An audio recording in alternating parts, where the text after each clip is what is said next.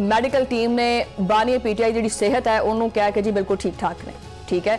ਔਰ ਵਿਫਾਕੀ ਵਜ਼ੀਰ ਕਾਨੂੰਨ ਆਜ਼ਮ ਮਜ਼ੀਦ ਤਾੜਨ ਨੇ ਇਹ ਦਾਵਾ ਕੀਤਾ ਹੈ ਕਿ ਬਾਨੀਆ ਪੀਟੀਆਈ ਜਿਹੜੀ ਅੱਖ ਹੈ ਉਹ ਅਗਰ ਐਨਕ ਨਾਲ ਦੇਖੋ ਤਾਂ ਉਹ 70% ਹੈ ਔਰ ਜਿਹੜੀ ਦੂਜੀ ਅੱਖ ਹੈ ਉਹ 6/6 ਹੈ।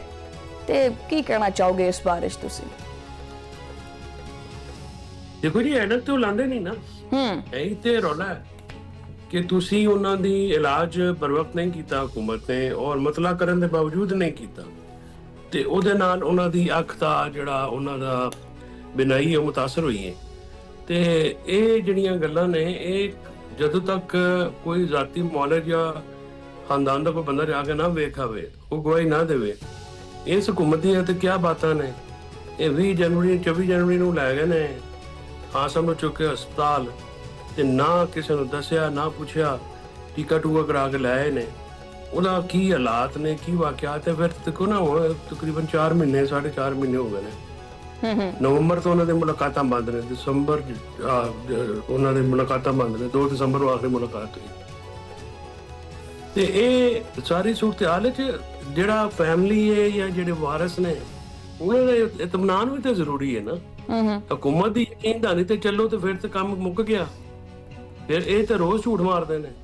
अच्छा फैसल चौधरी साहब, तुसी वैसे खुद भी कानूनदान हो, तुसी कानून ਨੂੰ अच्छी तरह समझते हैं, और बानिया पीटीआई ਦੀ ਤਰ੍ਹਾਂ ਕੋਈ ਹਾਈ ਪ੍ਰੋਫਾਈਲ ਜਿਹੜਾ ਕੈਦੀ ਹੁੰਦਾ ਹੈ ਉਹਦੇ ਬਾਰੇ ਚ ਕਾਨੂੰਨ ਕੀ ਕਹਿੰਦਾ ਵੈਸੇ ਕਿ ਫੈਮਿਲੀ ਦੇ ਨਾਲ ਮੁਲਾਕਾਤਾਂ ਨਹੀਂ ਹੁੰਦੀਆਂ, ਕਿ ਇਸ ਤਰ੍ਹਾਂ ਦੇ ਕੈਦੀ ਨੂੰ ਬਾਹਰ ਹਸਪਤਾਲ ਦੇ ਵਿੱਚ ਚੈੱਕ ਨਹੀਂ ਕਰਾਇਆ ਜਾਂਦਾ, ਇਹ ਸਾਰਾ ਕੁਝ ਮੋਬਾਈਲ ਲੈਬ ਦੇ ਜ਼ਰੀਏ ਜੇਲ੍ਹ ਦੇ ਵਿੱਚ ਲੈ ਜਾਂਦੇ?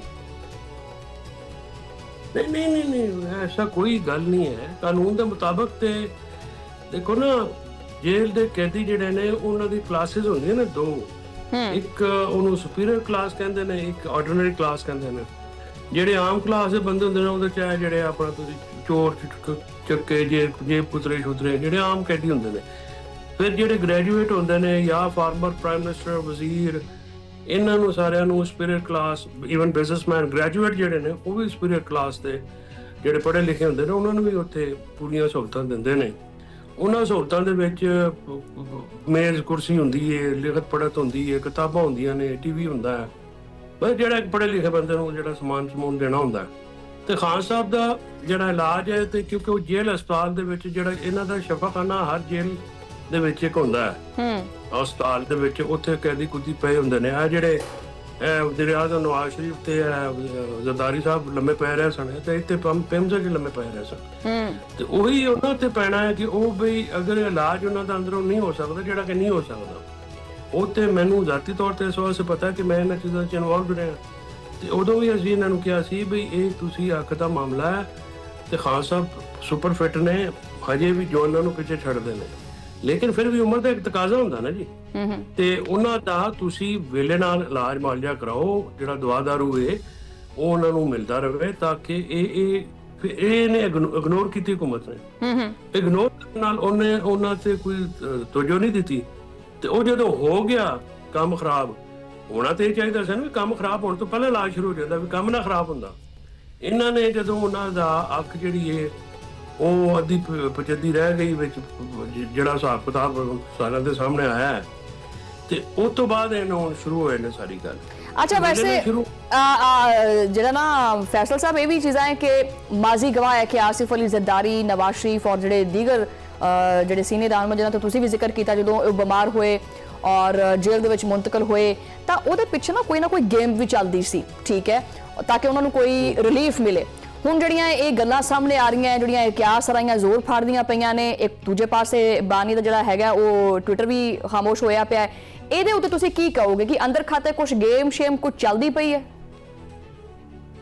ਦੇਖੋ, ਗੇਮ ਚੱਲਦੀ ਹੁੰਦੀ ਤੇ ਇਮਰਾਨ ਖਾਨ ਸਾਹਿਬ ਬਾਹਰ ਹਸਪਤਾਲ ਚ ਆ ਜਾਂਦੇ ਜਾਂ ਕਿਸੇ ਜਗ੍ਹਾ ਆ ਜਾਂਦੇ ਨਾ।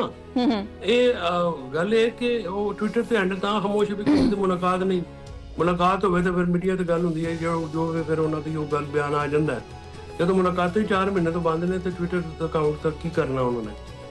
ਗੁਜ਼ਾਰਿਸ਼ ਹੈ ਜੀ ਕਿ ਕਾਨੂੰਨਾਂ ਨੂੰ ਵੀ ਉਹਨਾਂ ਦਾ ਫਰਜ਼ ਹੱਕ ਹੈ, ਔਰ ਜਿਵੇਂ ਉਹਨਾਂ ਨੂੰ ਟ੍ਰੀਟ ਕੀਤਾ ਗਿਆ ਇਹਨਾਂ ਨੂੰ ਵੀ ਪੂਰਾ ਉਹੀ ਲਾਅ ਉਹੀ ਗੱਲ ਕਰਦਾ ਹੈ।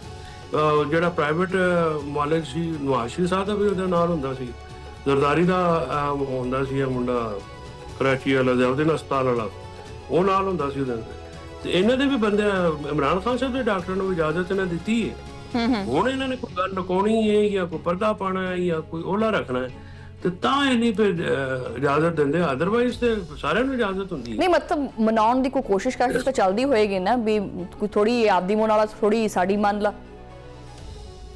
ਅਸਲ ਗੱਲ ਹੈ ਕਿ ਸ਼ਮਾਇਲਾ ਜੀ ਜਿਹੜਾ ਇਮਰਾਨ ਖਾਨ ਹੈ ਨਾ ਉਹ ਹੋਰ ਮਟੀਰੀਅਲ ਦਾ ਬੰਦਾ ਹੈ। ਉਹਨੇ ਇਹ ਗੱਲਾਂ 'ਚ ਨਹੀਂ ਆਉਣਾ, ਨਾ ਉਹਨੇ ਬਾਹਰ ਜਾਣਾ ਮੁਲਕੋਂ ਤੇ ਨਾ ਉਹਨੇ ਕੋਈ ਲਿਖਤ ਲਿਖਾਤ ਕਰਨੀ ਹੈ ਜਾਂ ਕੋਈ ਗੱਲ ਕਰਨੀ। ਉਹ ਬਹੁਤ ਦਲੇਰ ਆਦਮੀ ਹੈ ਔਰ ਇਹ ਅਗਰ ਕਰਨੀ ਹੁੰਦੀ ਤੇ 3 ਸਾਲ ਪਹਿਲਾਂ ਕਰ ਲੈਂਦੇ। ਅਟਕ 'ਚ ਵੀ ਤੇ ਆਇਆ ਸੀ ਨਾ ਉਹਨਾਂ ਨੂੰ ਆਫਰ, ਤੇ ਫਿਰ ਉਸ ਤੋਂ ਬਾਅਦ ਪਿਛਲੇ ਸਾਲ ਵੀ ਆਇਆ ਸੀ। ਮੈਂ ਤੇ ਇਸ ਗੱਲ ਦਾ ਹਾਮੀ ਹਾਂ। ਮੈਂ ਦੇਖੋ ਜੀ ਇਹ ਮੈਂ ਇਸ ਗੱਲ ਨੂੰ ਕੋਈ ਮੈਂ ਜਜ਼ਬਾਤੀ ਮੈਂ ਗੱਲਾਂ ਕਰਨ ਦਾ ਆਦੀ ਨਹੀਂ। ਇਹ ਪਾਕਿਸਤਾਨ ਦੀ ਰਿਐਲਿਟੀ ਹੈ। ਜ਼ਾਹਿਰ ਹੈ ਇਮਰਾਨ ਖਾਨ ਦੀ ਜ਼ਿੰਦਗੀ ਸਿਹਤ ਉਹ ਪਹਿਲੇ ਹੈ, ਸਿਆਸਤ ਤੋਂ ਬਾਅਦ ਚੋਂ ਹੈ ਨਾ ਜੀ। ਉਹ ਜ਼ਿੰਦਗੀ ਸਿਹਤ ਹੋਵੇ, ਅੱਲਾਹ ਤਾਲਾ ਉਹਨੂੰ ਆਪਣੇ ਇਮਾਨ 'ਚ ਰੱਖੇ, ਮਹਫੂਜ਼ ਰੱਖੇ ਤੇ ਸਿਆਸਤ ਹੁੰਦੀ ਰਹੇਗੀ। ਸਾਡੀ ਸਿਆਸਤ ਜਾਂ ਪੀਟੀਆਈ ਦੀ ਸਿਆਸਤ ਜਿਹੜੀ ਹੈ ਉਹ ਤੇ ਉਹਨਾਂ ਦੇ ਨਾਲ ਹੀ ਹੈ ਨਾ ਜੀ। ਤੇ ਜੇ ਉਹਨਾਂ ਦੀ ਸਿਹਤ ਜ਼ਿੰਦਗੀ ਹੁੰਦੀ ਹੈ ਔਰ ਉਹਦੇ ਵਾਸਤੇ ਹਰ ਮੁਮਕਿਨ ਕੋਸ਼ਿਸ਼ ਕਰਨੀ ਚਾਹੀਦੀ ਹੈ। ਹਕੂਮਤ ਉੱਤੇ ਸਿਆਸਤ ਨਾਲ ਖੇਡੇ, ਆਪੋਜੀਸ਼ਨ ਵੀ ਸਿਆਸਤ ਨਾਲ ਖੇਡੇ। ਮੈਂ ਤੇ ਸਿੱਧੀ ਜੀ ਗੱਲ ਕਰਨਾ ਵੀ ਇਤਰਾਜ਼ ਧਰਨੇ ਸ਼ੁਰਨੇ ਜਿਹੜੇ ਨੇ ਨਾ ਇਹਨਾਂ ਨਾਲ ਕੁਝ ਨਹੀਂ ਬਣਿਆ ਨਾ ਬਣਨਾ ਹੈ। ਬੰਦੇ ਦੇ ਪੁੱਤਰ ਬਣ ਕੇ ਅਕਲ ਵਾਲਾ ਕੰਮ ਕਰੋ। ਉਹਨੂੰ ਉਹ ਹਰ ਸਹੂਲਤ ਪਹੁੰਚਾਉਣ ਵਾਸਤੇ ਮੈਂ ਮਿਹਨਤ ਕਰ ਲੈਣਾ। ਵੇਖੋ ਨਾ ਅਗਰ ਕੋਈ ਬੰਦਾ ਨਾ ਹੋਵੇ, ਕੋਈ ਲੱਗਦਾ ਹੋਵੇ ਜੇ ਪਿਆਰਾ ਹੋਵੇ, ਉਹ ਨਾ ਆਖੇ ਲੱਗਦਾ ਹੋਵੇ ਤੇ ਤੁਸੀਂ ਮਿਹਨਤ ਕਰ ਲੈਂਦੇ ਹੋ। ਇਹ ਤੇ ਲੱਗਦਿਆਂ ਦਾ ਕੰਮ ਹੁੰਦਾ ਹੈ।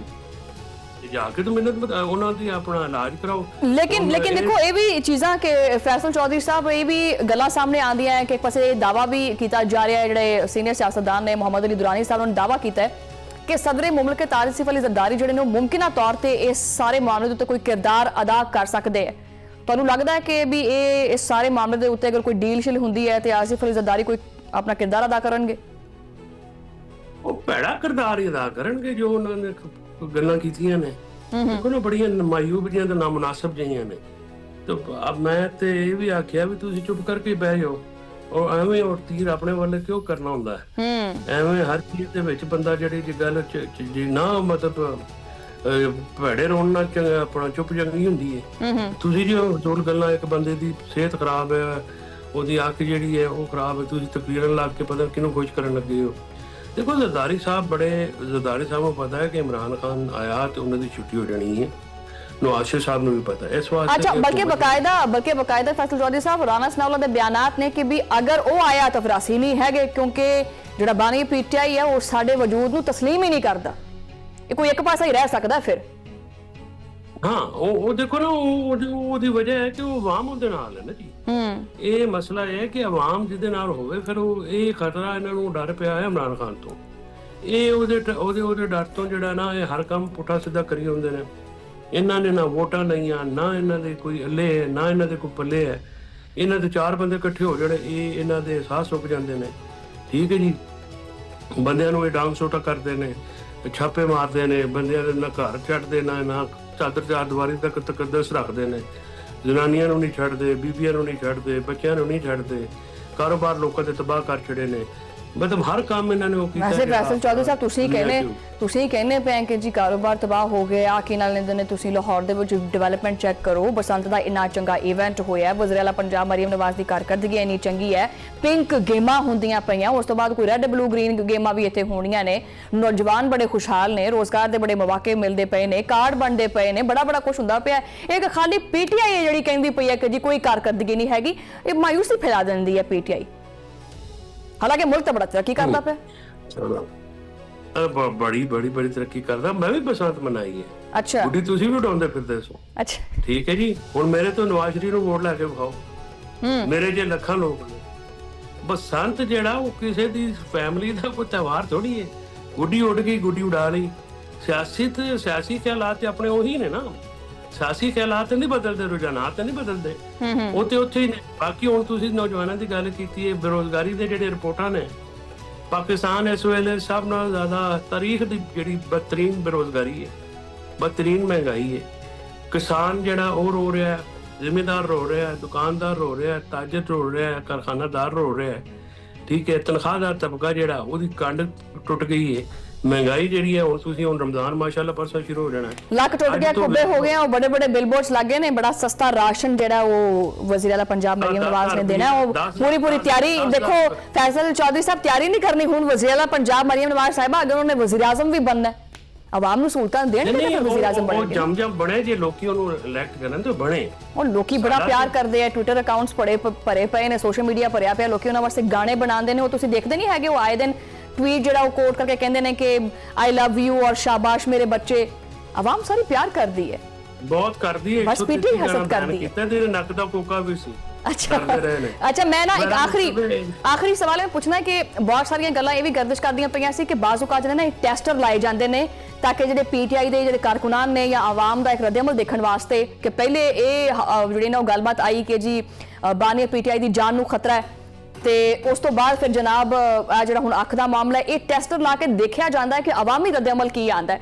ਔਰ ਦੂਜੇ ਪਾਸੇ ਜਿਹੜੀ ਪੀਟੀਆਈ ਦੀ ਆਇੰਦਾ ਦੀ ਜਿਹੜੀ ਹਿਕਮਤ ਅਮਲੀ ਹੈ ਉਹਦੇ ਬਾਅਦ ਗੱਲਾਂ ਹੋ ਰਹੀਆਂ ਕਿ ਜੀ ਕੰਟੇਨਰ ਤਿਆਰ ਹੋ ਚੁੱਕਿਆ ਹੈ, ਉਹਦੇ ਉੱਤੇ ਆਜ਼ਾਦੀ ਜਾਂ ਮੌਤ ਲਿਖਿਆ ਹੈ, ਮਤਲਬ ਇੱਕ ਪਾਸੇ ਬਹੁਤ ਵੱਡੀਆਂ ਗੱਲਾਂ ਹੋ ਰਹੀਆਂ ਨੇ, ਇਹਨਾਂ ਦੇ ਬਾਰੇ ਤੁਸੀਂ ਕੀ ਕਹਿਣਾ ਚਾਹੋਗੇ? ਦੇਖੋ ਜੀ ਗੱਲ ਬੜੀ ਸਿੰਪਲ ਜੀ ਹੈ, ਮੇਰੀ ਤੇ ਇਹਦੇ ਖਿਆਲਾਤ ਬੜੇ ਮੁਖਤਲਿਫ ਨੇ।